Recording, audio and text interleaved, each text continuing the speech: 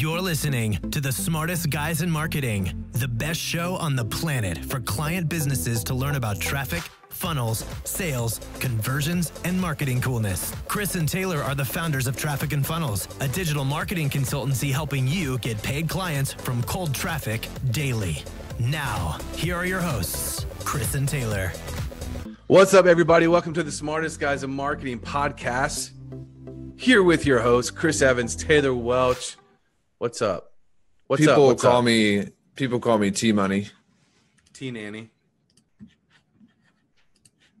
I'm here. How are you? Go. Ready to rock. I woke up this morning and then I looked at myself in the mirror and I said, something's different. You look different. Yeah, that was it. No, that's not what it was. And I got just bulging shoulder muscles. I was like, today's a good day. I'm excited to be here. Did you see that through your silk PJs? Yeah, I did. I like that. So today we're talking about something that might be kind of offensive. Ooh, people might have an issue with this.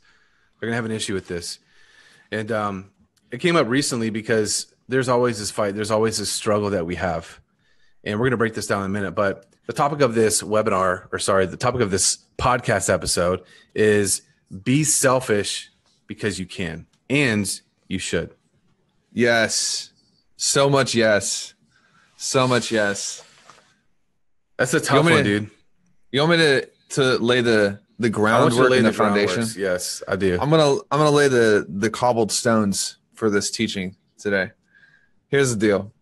I wrote a post on Facebook a while back, and I talked about when I first made the decision in my career to really double down and guard my time. See, entrepreneurs, we're responsible for our energy expenditure. That's on us.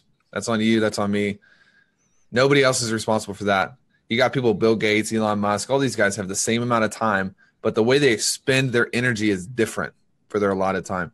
And when I made the decision, I was going to say no to the majority of things out there that weren't going to move me forward and only say yes to the things that really gave me my highest and best use of time. People misunderstood me. Yeah. Family misunderstood me. Friends misunderstood me. And they said things like, Taylor only does what fits into his schedule. Hopefully you can pencil me in a year from now. Taylor does what Taylor wants to do. And it was like, at first it was uncomfortable and it was kind of frustrating. And it kind of, just going to be a little vulnerable with you guys. It just hurt my feelings a little bit. It's just like, I'm a sensitive guy. Come here and let me hug you. But what I learned is that the more selfish you are today in regards to the person you're becoming, the more selfless it allows you to be down the road as the person you want to be. Yeah. You know what I mean? Absolutely. And I think it's important to state that one thing you have to realize in your life is that you have an account. Like every part of your life, there's an account. And I think so often people, they are withdrawing from one account that is depleted to invest or put money into another account, if you will, that doesn't need it. And so there's always this struggle. There's always this tension to have balance on what your priorities are, right? And so that might be with your marriage and your family. So I just want to kind of lay this example because I don't want people to get the wrong idea. Like I think your family is an absolute priority. So let me just give an example of this. If you're at a place in your business where you have to accomplish something great, there's going to be this tension where you have to spend time with your family, spend time with your spouse, your kids. And so you have to rob from what is personally there for you. One, just a very good example, a practical example might be sleep. There might be a period in your life where if you have to get things accomplished in your business so that you have the right amount of time to spend with your family, right? There might be a time where they need that and you have to invest into that account. You have to build that account up. And so you might have to be at a place in your life where you only get 6 hours of sleep a night to get this stuff done, wake up early, if you're in that stage. But as you build that up and you build that business up, it's going to create more capital for you to withdraw from that down the road. Does that make sense?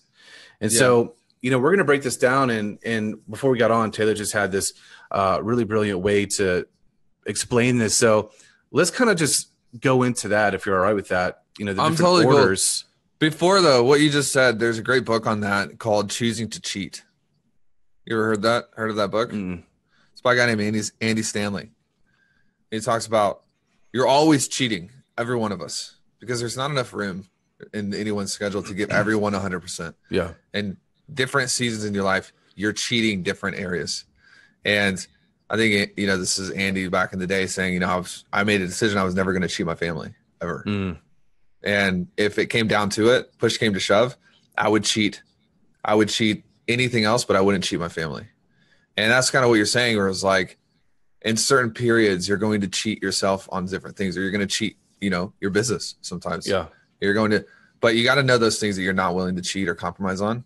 And, you know, for you and for Andy and for me, I'm not willing to cheat my family. My dog needs me. It's really important. So yeah, let's get into it if you're ready. Yeah, can I just add real quick to that? Like there was bro, you can add anything you want, bro. This is your show. There's a time where we were working 7 days a week. You know, we had that communication with our spouses and our families saying, hey, there's going to be this period where it's going to be intense and we're going to be working a lot because we're getting this new venture off the ground, traffic and funnels. And so we knew that would require a lot of us, but it was for the future version of what we want in our lives. Right. And so I think it's important. I know a lot of people, they struggle with that. And like they always talk about, oh, I need balance. Well, the reality is there's just never really going to be balance. And there's always going to be that tension. Your spouse is, you know, unless you're communicating correctly and constantly, you know, there's always going to be some tension there, especially if you're a true blue entrepreneur. Right. And so it's very, very important that maybe if you are in that early stage of your business and you haven't, quote, made it yet, you haven't been able to, you're not at a place where you've bought yourself that time yet. You have to communicate that with your family. You know, that I'm in this and doing this for the future version of what I want for our family. Yeah, we talk about that all the time, but let me return us to the foundation, to the big thing that we're talking about. Like, you know, because we have CVV, CR, and like all of these formulas for becoming a better version of yourself. But the point I want to hit home today is that there's nothing wrong with you being selfish in regards to how you spend your time. That's the big point, because I think that it can be difficult when you develop the reputation for only doing what fits into your schedule to do, because culture has primed us and wired us to not be that way. But you know what? Culture has also wired us all to be poor and needy and dependent. And so you got to just make a decision to break ties with that. So we just finished, Chris and I sometimes read the same books. We just finished reading Principles by Ray Dalio. And he talks about first order consequences, second order consequences, third order consequences. Now, let me just explain this concept real fast, because I think it'll help you as a framework for making decisions. Is that okay? Yeah. Is that okay if I get into this a little bit? Get down and dirty in the, I'm just going to get in the mud Get in the mud. Let's go. And like swirl around a little bit. Okay. So 99% of the world makes decisions based on the first order consequences. What that means is, like, let's say you go to the gym. The first order consequence is the first thing that you feel, or the first thing that happens as a result of that decision. So you go to the gym. It's awful. You hate your life. You want to die. It hurts. That's the first order consequence. 99% of the population is going to say that was a horrible consequence. I'm never going back, never doing that again. They optimize for the first order consequence. Make sense? Yeah. The second order consequence is what happens after that first. So let's say the same example, you go to the gym, you hurt, then the second order consequence is you get healthy and strong. And then the third order consequence is, because of that, you're alive when your children have children, you have grandkids. And then the fourth order consequence is they're better parents because they got to know their grandparents, and it goes so on and so forth all the way down the road. So what you have to do is you have to have a mental model for knowing what's the first order consequence here and what's the second order consequence here. Because it's almost like your life will trick you into trying to get you to make decisions based on the first order consequence. So let's just give an example on the being selfish. A couple weeks ago, someone wanted me to do something. I'm not even going to say who it was because they're friends. And I couldn't. It was actually because I had blocked out on my calendar to do something for the business. And it was basically, I needed to go study something so I could get something done. And I was like, no, I can't do it. And then I heard later on that this person was like, oh, it didn't fit. You know, Taylor only does what Taylor wants to do. Okay, well, let's look at that example. It's a little rude to say, but whatever. The first order consequence of that is like, it sucks. Like, oh, my friends hate me. It doesn't feel good. It doesn't feel good. So I'm like, oh, well, next time I just need to say yes to everything so that people like me. No. Let's look at the second order consequence of me saying no. I have to deal with a little bit of hate. Let's face it, haters are always going to be there. Okay? Haters are going to lose in the long term, but they're always there. I'm going to have to deal with that. But the second order consequence is that I'm able to spend the time necessary to grow an area of our business that is growing. The third order consequence of that is I'm able to afford helping people who need it. The fourth order consequence is my wife is freed up and able to help other people. Are we really going to compromise all of that impact so that someone will like us? Yeah. See what I'm saying? Yeah. I think it's important to point out that typically the first consequence is always going to be negative. It's typically always going to be painful. Yes. Right? Like we want to go hang out with our friends, maybe go to the movies or go get coffee. And it doesn't necessarily feel good to say no to that. Like we always want to just like lend people money or, be there for people. But oh, that's a good one. It doesn't always feel good to say no. That's a good one. You know what I mean? Dude. Go ahead. There's this book called When Giving Hurts. It talks about America and how there are all these people that we just give money to and we don't actually know what's going on with that money. Yeah. And he talks about, and this is a really fine line and a controversial line where it's like, at what point does giving actually enable poor patterns of behavior for someone to stay stuck in their mess? Really figuring that out. People have asked me for money. People have asked you for money. And sometimes we give and sometimes we don't. And I think it's just being a good steward and figuring out what to do with it. But I'll tell you one thing, like I never want to be a part of enabling a whole group of people to continue being morons.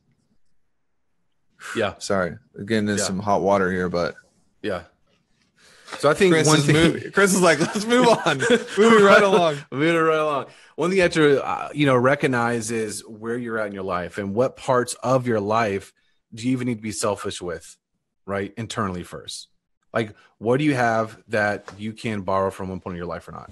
The other one is external. Like when you're actually dealing with other people, when someone asks you for money or someone asks you to go do a thing for them, because people are generally always going to tend to be a drain than a fountain. If you look at the relationships around you, and this is something that you have to audit in your life, if the people around you, most of them are a drain, you're hanging out with the wrong people. Bro, that's not exactly politically correct, so maybe you should rephrase that. Yeah. So first order consequence, second order consequence, third. I think that's a life game changer if you can figure out how to do that well. Because, man, like, it is just not worth it. It is just not worth it. And the best contribution you can give to someone else is actually being healthy and actually being capable and competent and not a freaking idiot. And the only way you're going to get there is probably the path that's going to offend some people at the beginning. Yeah. You got to be cool with that and compare the risk and reward. So dude, at the beginning, you really have to say no to almost everything to get good. You remember when you were getting good at business? Yep. Marketing? You had to say no to so many things that people say yes to. Yeah. And people probably misunderstood you. Still do. It's even more so now. People ask me. They're always wanting to get with me. And I think the bigger your platform, the more quote success you have. And especially as people see that they're around you, and it's even more evident now. It was a lot easier to hide when I just had a really small house. But those kind of practical things, you drive a Tesla. And it's not a gloat thing, but it's just a practical thing. People see that and they automatically, relate that to, oh, he's figured something out, right? So they want a piece of that. They want to take from that as opposed to, oh, how can I help Taylor? How can I help Chris? They want to buy your lunch. They want to buy you lunch. They want to buy you coffee. all the time. All the Like, time. bro, you know how much money it costs me to sit here for an hour? It's way more than $15 at Cheddar's. All right, bro. And I love some Cheddars. I love me some The Cheddar's, queso bro. at Cheddar's is Dude. next level. Like, the worst thing you can ever do to someone who's like balling out is be like, hey, I'll buy your lunch, as if that's some sort of payment. Yeah. No, it's not. Yeah, it just shows how much people don't value, like have true value for you. And so it's not just for you, a selfishness, but it's a selfishness for your family. Because what if you aren't working on your business? How does that affect your family? What if you aren't working on your business? How does that affect the people that you're able, like with widows and orphans who can't support themselves, and you have the ability to support them? But you're over here giving to people who don't value you anyways. So you have to say no to almost everything at the beginning. Yeah. Number 2. The best contribution you can give to the world around you is balling out version of yourself. You got to buy yourself time. Right? And so there's this period of time, especially when you're starting out, where you just keep your head down and you say no to everything pretty much, and buy yourself some equity, buy yourself time. So that way you can make decisions based from a place of success. You have capital, quote, capital in the bank accounts. Yeah. And you're not going to become depleted. You're not going to go negative. And that's important. So many people in so many areas of their lives, because they give. They don't know when to say no. They go negative, and then they can't serve anybody.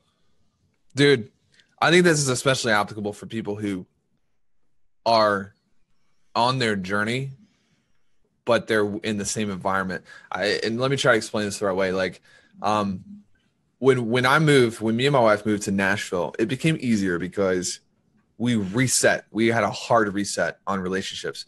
And the people who know me now in Nashville, like, they've only known me as one person, really. You know, I'm not, you know, I'm definitely not a billionaire, but like they know me as the person who's kind of doing things in the business world. Whereas the people back home in Memphis, like, this is hard for people. I think there are a lot of people listening who are becoming new versions of themselves, but they're stuck in the same friendships and relationships and environments where they weren't necessarily successful. And a lot of times what can happen is that environment and those friendships, they, without trying to, can like root you into that old version, that old identity of yourself. And some of you, you know, you don't need to just cut off all your relationships and be a jerk, but some of you need a little bit of a hiatus, to really lock that in, because it's going to be impossible for you to go from one person, one version of yourself who doesn't know how to make decisions and who doesn't value your time and, you know, is basically doing everything for everybody else. It's going to be impossible for you to go from that person to the person on the top of the mountain who makes incredible decisions, makes a lot of money, makes a lot of impact, without taking a step back and really getting some space to create a new identity. Because it was so hard for me in Memphis when I was with the same people, and there's nothing against those people, but I was with the same people trying to become a different person. And bro, people don't like that. They don't know how to deal with that. You hitting your full potential is subconsciously offensive to people who are not. Yeah. And you're going to have to deal with that. And some of you just need to pick up and go to a new place for a while and get it locked in and get it worked out, you know? Yep. That's a hard one. Hope you guys are taking notes. This is like next level stuff. Yeah. Next level. Because so many of you for so long have been giving from depleted accounts. And you just have to stop. You need a period of selfishness in your life and your business. And you have to prioritize correctly. You have family and spouses and kids, all that kind of stuff. And it's going to put you and propel you to a situation where you can be a tremendous giver. Right. And do it the right way. When you say selfish, man, what's more selfish? Helping everybody you know move every weekend because they ask you to help them move their furniture? Or actually saying no so that one day you can build a school somewhere else for children who have no parents? I mean, guys got to get good at comparing the now versus then, the first order versus the second order. And when you can do that, it's a no-brainer. Yep. That's all I'm saying. All right. Hey, if you guys like this, or if you hate it, go leave a review on iTunes, Smartest Guys in Marketing. If you hate it, we hate you. No, How's we that? don't. No, we don't. No, we don't. Hey, also, we have a gift for you, travelingfunnels.com/gift. It's like, this is an amazing package if you consult clients. It's a Dude. life-changing package. I haven't told you this yet. Can I make a confession publicly on the air? Uh-oh. I told you I wasn't going to go look at the comments on our ads anymore. But Daddy's been trolling again. Oh, man. I've That's why we got that ad account shut down. it's maybe, dude. I have discovered gifts on a whole new level. So I've been please trying to hate train on you. us. Please hate on us, guys. Like, I want you to hate on us because that means we're doing something right. Dude, the more narcissistic 50-year-old failures we get commenting on our ads, the more we know we're doing something right. Nothing against you if you're 50, but most of the haters are old, man. They're like, oh, you're too young to be successful. It's like, bro, how do you even know Facebook exists? You get off of here, man, and go work the day job. All right, with that being said, we'll see you on the next podcast. All right. See you guys.